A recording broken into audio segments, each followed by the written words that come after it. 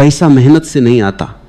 यह वाक्य सुनते ही तुम्हारा मन विद्रोह करेगा, क्योंकि बचपन से तुम्हें सिखाया गया है कि पसीना बहाओ, दिन रात खटते रहो, थक जाओ, टूट जाओ, तभी कुछ मिलेगा। और यही सबसे पहली भूल है, क्योंकि जीवन कभी भी थके हुए मन को नहीं देता, अस्तित्व कभी भी तनाव में जकड़े हुए व्यक्ति को नहीं देता।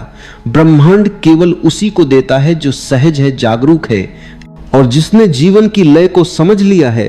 क्योंकि पैसा कोई इनाम नहीं है, पैसा एक परिणाम है, और परिणाम हमेशा तुम्हारी चेतना की स्थिति से जन्म लेता है, तुम्हारी मेहनत से नहीं, तुम्हारी समझ से।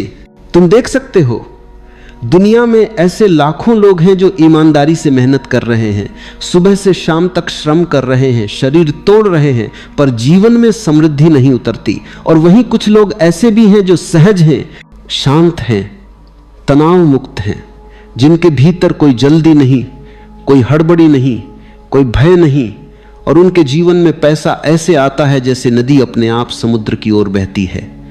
फर्क मेहनत का नहीं है, फर्क भीतर की अवस्था का है, फर्क दृष्टि का है। फर्क इस बात का है कि तुम जीवन को कैसे देख रहे हो।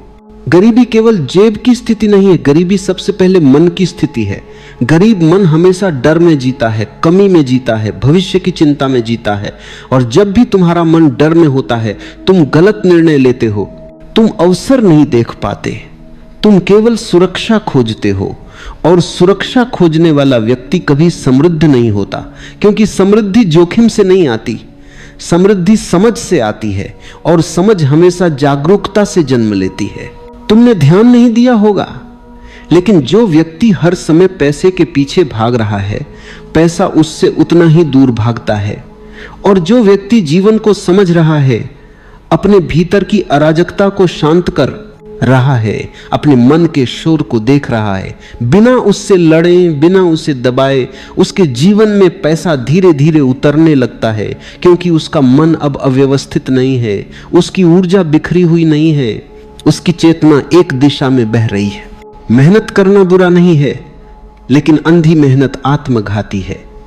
मेहनत तब फल देती है जब वह समझ से जुड़ी हो, जब वो मौन से जन्मी हो, जब वो भीतर की स्पष्टता से आई हो।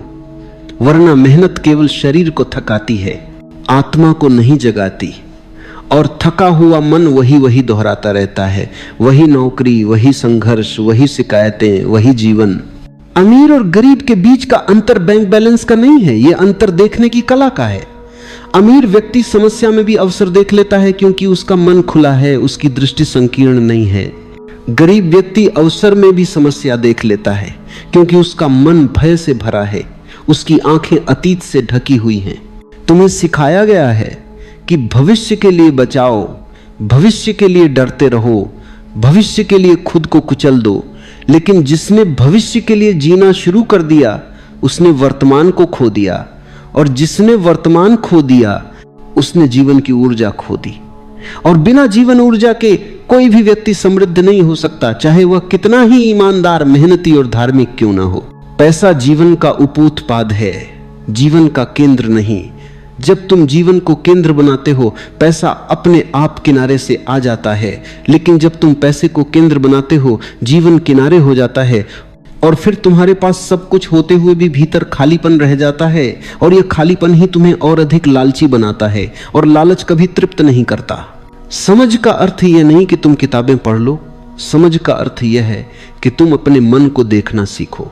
जब तुम्हें यह दिखने लगे कि तुम्हारा मन कैसे डर पैदा करता है, कैसे तुलना करता है, कैसे दूसरों की सफलता से जलता है, कैसे खुद को छोटा महसूस करता है, उसी क्षण एक क्रांति शुरू होती है।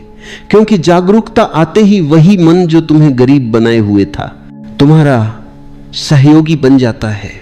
तुम्हारा असली निवेश शेयर बाजार में नहीं है, तुम्हारा असली निवेश तुम्हारी चेतना में है। अगर चेतना सोई हुई है तो चाहे कितना भी पैसा आ जाए, वो टिकेगा नहीं, बह जाएगा। और अगर चेतना जागी हुई है तो थोड़े से साधन भी तुम्हें समृद्धि का स्वाद दे देंगे। अमीर व्यक्ति जीवन के साथ युद्ध में नहीं होता, वह जीवन के साथ नृत्य में होता है। गरीब व्यक्ति हमेशा लड़ता रहता है, व्यवस्था से, लोगों से, समय से, भाग्य से। और जो लड़ रहा है वह थका हुआ है, और थका हुआ व्यक्ति सही दिशा नहीं देख सकता। जब तुम भीतर से शांत हो जाते हो तब तुम्हारी बुद्धि स्पष्ट हो जाती है, और स्पष्ट बुद्धि वही निर्णय लेती है जो जीवन को आगे ले जाए, जो ऊर्जा को बढ़ाए, जो संघर्ष को कम करे। और पैसा उसी दिशा में बहता है जहां संघर्ष कम और स्पष्टता अधिक हो। तुम्हें यह भ्रम दिया गया है कि ज्यादा घंटे काम करना ही सफलता है, लेकिन वास्तविकता यह है कि जागरूक होकर किया गया 1 घंटा बेहोशी में किए गए 10 घंटों से अधिक मूल्यवान होता है, क्योंकि बेहोशी में तुम वही करते रहते हो जो भीड़ कर रही है, और भीड़ कभी अमीर नहीं होती। भीड़ केवल संख्या होती है, चेतना नहीं। जब तुम भीतर उतरते हो, जब तुम अपने विचारों से थोड़ी दूरी बनाते हो, जब तुम अपने डर को देखने लगते हो, तब तुम्हें पहली बार यह समझ में आता है कि गरीबी बाहर नहीं थी, गरीबी भीतर थी। और जिस दिन यह दिख गया उसी दिन समृद्धि की यात्रा शुरू हो जाती है।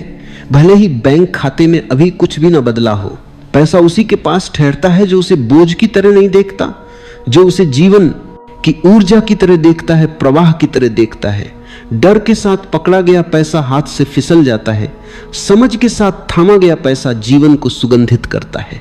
इसलिए प्रश्न यह नहीं है कि तुम कितना काम कर रहे हो, प्रश्न यह है कि तुम किस चेतना से काम कर रहे हो।